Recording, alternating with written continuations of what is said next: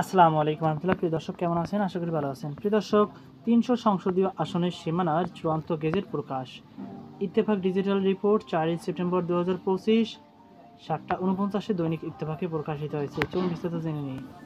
প্রিয় দর্শক, ত্রয়োদশ সংসদ নির্বাচনের জন্য ৩০০ আসনের চূড়ান্ত সীমানা প্রজ্ঞাপন জারি করেছেন নির্বাচন কমিশন ইসি।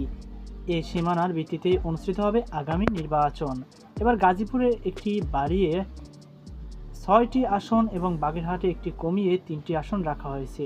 বৃহস্পতিবার ৪ সেপ্টেম্বর সন্ধ্যায় এ তথ্য জানান নির্বাচন কমিশন সচিব আখতার আহমেদ। তিনি বলেন, ত্রয়োদশ সংসদ নির্বাচনের জন্য ৩০০ সংসদীয় এলাকার সীমানা নির্ধারণ সংক্রান্ত প্রজ্ঞাপন জারি করা হয়েছে। তা গেজেট আকারে প্রকাশ করা হবে। নির্বাচনের সামনে রেখে সীমানা নির্ধারণ সংক্রান্ত বিশেষায়িত কমিটি কাজ করে। তারপর ৩০০ আসনের সীমানার খসড়া ৩০শে জুলাই প্রকাশ করে ইসি। দ্বাদশ সংসদে ২৬১টি আসনের সীমানা বহাল রেখে ত্রয়োদশ সংসদ নির্বাচনকে সামনে রেখে ৩৯টি আসনে ছোটখাটো পরিবর্তন করে নতুন সীমানার খসড়া প্রকাশ করা হয়।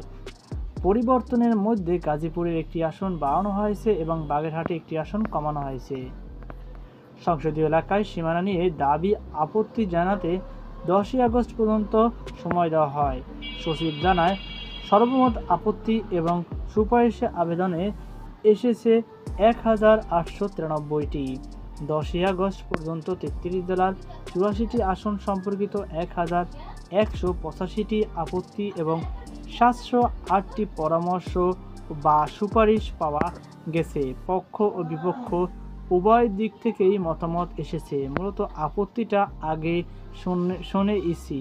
২৪ থেকে ২৭ আগস্ট টানা ৪ দিন প্রস্তাবিত নির্বাচনী এলাকার সীমানা নিয়ে দাবি আপত্তি ও আবেদনের উপর শুনানি শেষ করে নির্বাচন কমিশন। সচিব বলেছিলেন, পর্যালোচনা করে যত দ্রুত সম্ভব চূড়ান্ত তালিকা প্রকাশ করা হবে। তো প্রিয় দর্শক, এই ছিল আমার সর্বশেষ আপডেট। সকল বার্তা আজকে পর্যন্ত। আল্লাহ হাফিজ।